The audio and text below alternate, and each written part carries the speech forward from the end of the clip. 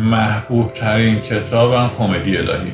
ترجیح میدادم دوره های شبکه دکتر کمانگر رو بگذرونم. سرگذشت کوهستانی.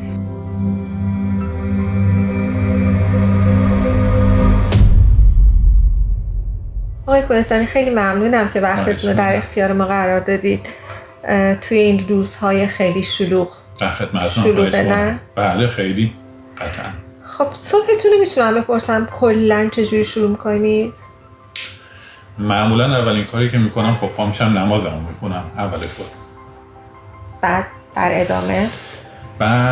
در ادامه اگر خوابم نبره که خب میشینم یکمی کتاب میخونم، اگه خوابم ببره که خب میخوابم دوباره ساعت 8 صبح بیدار میشم و آماده میشم برای آمدن به مجتمع. پس اهل کتابید؟ تا حدودی. آخرین کتابی که خوندید یا دارید میخونید؟ کتابی به اسم سفر عشق، نویسنده‌اش هم آلن دو باتنه. محبوب ترین کتابتون کیه؟ محبوب ترین کتابم کمدی الهی. کمدی الهی دانته. بله. کدوم یکی از کتاباش بیشتر؟ هر ستاش عالی. هر ستاش. دوزخ بر من کتاب مورد علاقه‌متون ستا. برای من هر ستاش جذاب بوده. سر کار روزتون رو چطور میگذرونین به صورت کلی؟ خب به صورت کلی اینه که یک سری کارهای روتین و اداری هستش که باید هر روز انجام بشه و برنامه ریزی کردن برای اینکه بتونیم بهترین خدمات رو به مخاطبمون ارائه بدیم. اینکه کلاس ها درست و به موقع برگزار بشه، به بهترین شکل و بالاترین کیفیت باشه و مخاطبامون راضی باشن، این اهم کارهاییه که ما هر روز داریم هممون انجام میدیم. با توجه به اینکه شما مدیر آموزش مشتری فنی هم هستید، جدای از مسئولیت‌هایی که در دپارتمان خودتون دارید، در واقع مسئول تمام دپارتمان ها هم به نوعی هستید و اونها هم باید مدیریت کنید. اون چه چالشش برای شما چطور سخته یا نه؟ اگر کارها طبق برنامه ریزی پیش بره نه میشه انجامش داد، ولی خب یک موقع‌هایی هم پیش میاد اتفاقهای پیش بینی نشده‌ای خارج از چهارچوب پیش میاد که مدیریت اونها میتونه یک موقعی چالش برانگیز باشه. بله. من به عنوان فردی که شما مدیر من هم هستین میدونم که خیلی خیلی شما تاثیرگذارین تو روحیه گرفتن مدیران دیگر و بهبود روند کارشون. چطور میتونید این کار رو انجام بدید؟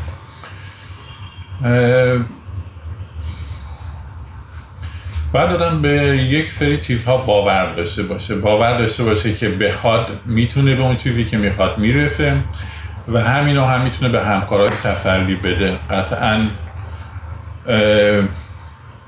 خوب بودن یه چیزیه که مصریه، یعنی خودت خوب باش، خوب فکر کن و بعد همون رو به دیگران هم انتقال بده. دقیقاً همینطوره. آقای کوهستانی، اگر قرار بود شما در یکی از دوره‌های دپارتمان آیتی شرکت می‌کردین، کدوم دوره رو انتخاب می‌کردین؟ ترجیح میدادم دوره‌های شبکه دکتر کمانگر رو بگذرونم. بله. اگر قرار بود در یک دوره‌ای در یکی دیگر از دپارتمان‌های مجتمع شرکت کنید، کدوم رو انتخاب می‌کردید؟ دوره‌های مدیریت ترجیحاً با خود آقای دکتر ستوده. بسیار هم عالی. بزرگترین چالشی که در سال 1402 داشتین چی بوده؟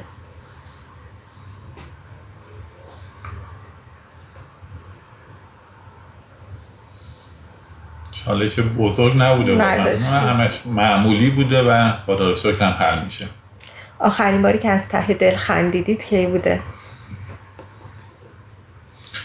آخرین بار موقعی بود که یک فیلمی رو همسرم برام فرستاد و پسرم خوشحال بود، داشت بازی میکرد، از ته دل منم خندیدم.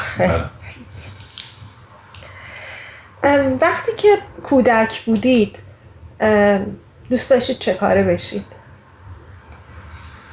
خیلی گذشته خانم قاسمی، اصلا یادم نمیاد اون موقع به چی فکر میکردم، واقعا یادم نمیاد. اگه الان قرار باشه به 20 سال پیش برگردید دوست دارید چه کاره باشید؟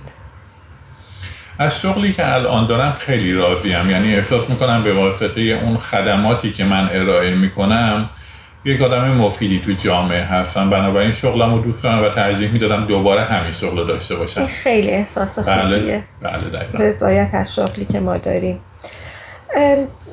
چه اتفاقی میفته در دپارتمان ها یا چه کاری دانشپذیرا میکنن که واقعا به شما انگیزه میده برای ادامه؟ ببینید، دانشپذیرایی آدم میبینه که میان از نقطه صفر شروع میکنن و بعد همگام با ما میان جلو، ادامه میدن دوره هاشونو. بعد که شما میبینید اون دانشپذیری که یک روزی از نقطه صفر شروع کرده و بعد وارد بازار کار میشه، میتونه برای خودش منبع درآمدی داشته باشه، میتونه معیشت خودش رو با اون منبع درآمدش پوشش بده، اون به نظر من قشنگ‌ترین حسه که به آدم میده، امید به آینده. این خیلی خوبه، انگیزه بزرگی برای ادامه دادن هست. آیا کار کردن میتونه یکی از معناهای زندگی شما باشه، چیزی باشه که به زندگی شما معنا میده؟ یکی از معنادارترین چیزها تو زندگی من کار کردنه. اونای دیگه چیه؟ خانواده.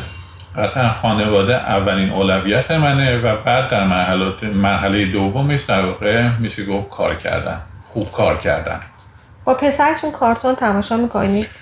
نباید باش کارتون تماشا کنم چون سنش برای کارتون هنوز زوده. به گفته پزشکا فعلا نباید کارتون ببینن بچه‌ها تو این سن. وقتی خودتون کودک بودید کارتون مورد علاقتون چی بود؟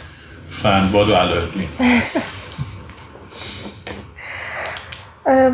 چای خور هستید یا قهوه خور؟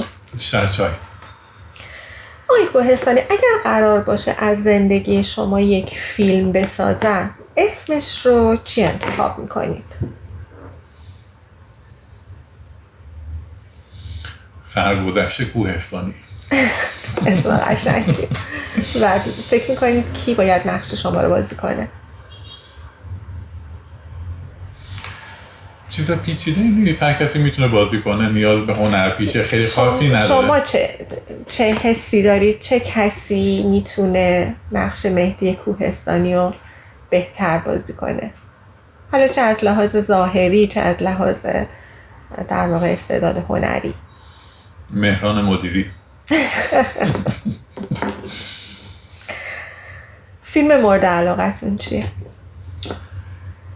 فیلم مورد علاقه‌ای که الان تو ذهنمه فیلم پدر. گادفادر. نه پدر. آنتونی هاپکینز. بله.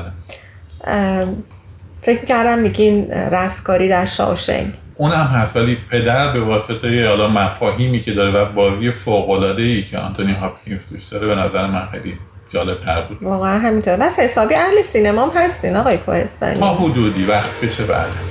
بسیار هم عالی. دوست دارید در سال آینده چه اتفاقی بیفته یا چه آرزویی دارید برای جهانیان؟ کل اون چیزی که واقعا دغدغمه و بعضی وقتا حسابی منو به هم میریزه این داستان جنگی هستش که تو جاهای مختلف کره زمین هستش و بچه هایی که واقعا بیگناه دارن کشته میشن. امیدوارم که همشون جنگ ها تموم بشن. آقای کوهستانی، من میخوام در پایان گفتگومون، قاعدتا اینجا باید ازتون خداحافظی کنم، ولی میخوام در پایان گفتگومون از طرف همه همکارا، از شما، از نحوه مدیریتتون، از درایت و خردی که همیشه دارید و باعث در واقع پیشرفت و ارتقای همه دپارتمان ها میشه واقعا تشکر کنم. ممنونیم از لطفتون. خواهش میکنم. بودن در کنار شما خیلی چیزا رو به من یاد داد. لطف دارین شما. خیلی ممنونم که وقتتون رو در اختیار ما قرار دادید. مرسی از شما.